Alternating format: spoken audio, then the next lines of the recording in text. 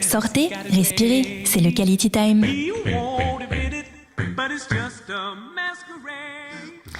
Et un événement culturel aujourd'hui, c'est la sortie du film Amor en Israël. Ça nous fait très plaisir. En plus, pour l'occasion, nous avons la chance d'avoir en ligne le réalisateur de ce film, Raphaël Rebibo. Bonjour Raphaël. Bonjour.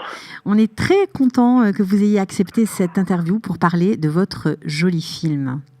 Moi aussi, je suis très content que vous voulez que je vous parle de mon film Amor. Okay. Bah oui, on est ravis parce que c'est en hébreu, c'est sûr, mais c'est un hébreu, on va dire, tout à fait accessible, même lorsqu'on on ne parle pas souvent l'hébreu, parce que les gens qui nous écoutent en général sont souvent des Olim Hadashim, de nouveaux immigrants. Donc je pense que c'est un bon moyen de rentrer de plein pied dans la société israélienne.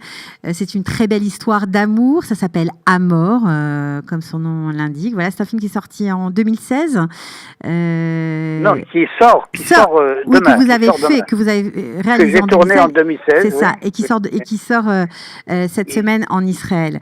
Ouais. Alors, une histoire un peu particulière où les conflits sont très présents.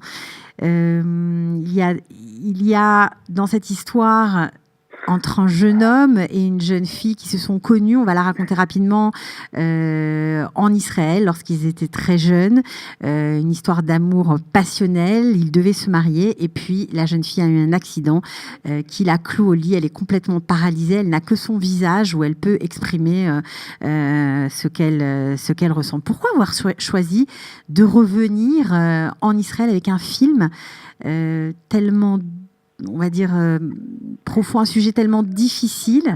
Pourquoi avoir voulu filmer cette histoire, tout simplement? Parce qu'elle n'est pas autobiographique. Non.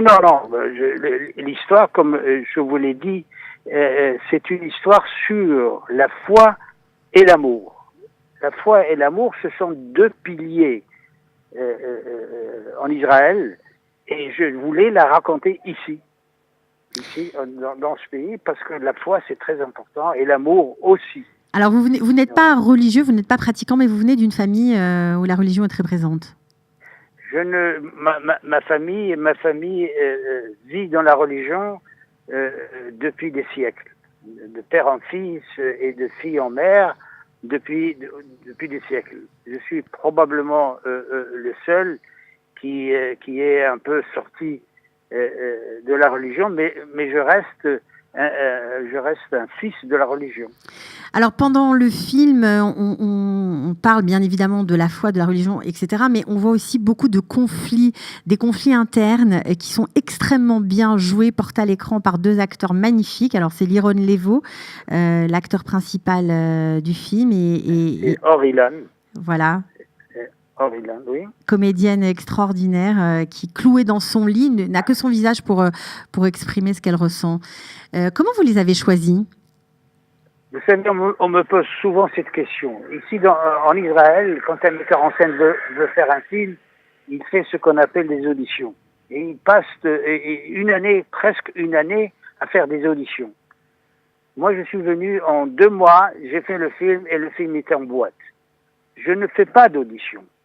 Je rencontre le comédien, je parle avec lui, je lui donne le scénario à lire, et quand je vois que ça peut correspondre à ce que je cherche, alors en ce moment, je vais voir les films qu'il a fait, je vais voir les films qu'il a tournés. Et c'est à partir de ce moment-là que je donne mon OK, c'est-à-dire que je le prends pour faire le rôle. Alors à travers ce film, puisque cette jeune fille, l'amour du héros du film est blessé, enfin en tout cas est handicapé à vie, elle est arrivée à un stade de sa vie où elle ne veut plus vivre comme ça, elle veut mourir. Donc on parle aussi des questions importantes qui ont traversé la société israélienne, comme l'euthanasie, bien que ce soit pas un film sur l'euthanasie. C'était important pour vous, en plus de parler de la foi et de la religion, de rajouter un sujet de société comme ça? C'est une chose qui est très importante. Troisième chose qui est importante pour moi dans le film, c'est le choix de l'individu. Elle a choisi, elle voulait faire quelque chose. Maintenant, est-ce qu'en Israël, quand on vit sous la foi, est-ce qu'on peut faire ce qu'on décide? Et ça aussi, c'est très important. Est-ce que lorsqu'on est religieux, on peut décider de mourir lorsqu'on est dans un état... N'importe quel choix. Pour moi, quelqu'un qui a la foi, c'est quelqu'un... Est-ce que, je pose cette question, est-ce que ce quelqu'un-là, est-ce qu'il est libre de choisir ou pas? C'est aussi une question très importante dans le film. Elle a choisi quelque chose, elle voulait quelque chose. Et on voit... Simplement... Oui. Allez-y, je vous en prie. Simplement, elle n'avait pas les moyens de le réaliser elle-même. Elle voulait en finir et elle cherchait auprès de ses proches quelqu'un pour l'aider à en finir. C'est un film vraiment bouleversant parce que chaque personnage, que ce soit le père, la mère, l'ancien fiancé, chacun est traversé par un dilemme intérieur. Au-delà de la question centrale du film, chacun dans sa propre vie a un autre dilemme qu'il doit régler. Et c'est vraiment très finement mené. C'est un très joli film que j'ai beaucoup aimé personnellement. Les larmes viennent très facilement. C'est bien réalisé. En tout cas, on a apprécié voilà, de ce film. On espère que les Français iront le voir, mais on vous en prie. Alors, vous avez fait plein de choses. Hein. Vous avez même étudié à Jérusalem. C'est un bonheur de retourner ici. C'est toujours un bonheur de retourner en Israël. C'est un peu... pour ceux qui habitent en dehors d'Israël, c'est un refuge de revenir. C'est comme la famille, revenir dans la famille. J'ai étudié le cinéma en Israël, une école fantastique qui a été créée par presque tous ceux qui ont enseigné dans cette école étaient des Polonais. Donc on a étudié le cinéma sous un régime presque totalitaire, et c'est formidable. Parce que grâce à ce régime, que moi j'ai appris vraiment le métier du cinéma, c'était pas des études un peu comme on fait partout, mais ça c'était très sérieux. Et voilà, j'ai eu le bonheur et la chance d'étudier dans cette école. Ok. On note aussi dans votre film de très jolis paysages, des champs de coquelicots. Vous avez tourné où? J'ai tourné dans un moshav qui s'appelle Neve Yamin, à 30 km, je crois, de Tel Aviv.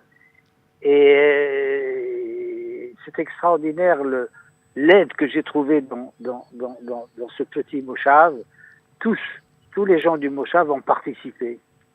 Et ils m'ont aidé à faire cette histoire magnifique, comme vous venez de le dire. Ok. Alors en tout cas, on vous souhaite bonne chance. On espère que les spectateurs seront au rendez-vous. Voilà, c'est À mort. Ça sort cette semaine sur les écrans en Israël. Dans tout Israël. Et je voulais vous dire que à Tel Aviv, il y aura une version sous-titrée en français à la Cinémathèque. Ah ben ça, c'est sympa, de le préciser. Alors, pour ceux qui ne maîtrisent pas l'hébreu, il y aura cette version sous-titré en français à la Cinémathèque de Tel Aviv, et peut-être, on verra la semaine prochaine, peut-être qu'on fera d'autres versions sous-titrées en français dans d'autres villes. Et ben peut-être aussi à la Cinémathèque de Jérusalem ou de Haïfa, pourquoi pas. Il y a des francophones dans tout le pays aujourd'hui qui seront ravis de voir votre film forcément sous-titré. Merci beaucoup, Raphaël Robibaud. Mais merci à vous. Et à très bientôt. Et à très bientôt, j'espère. Au revoir. Merci. Au revoir, madame. Au revoir. Sortez, respirez, c'est le Quality Time.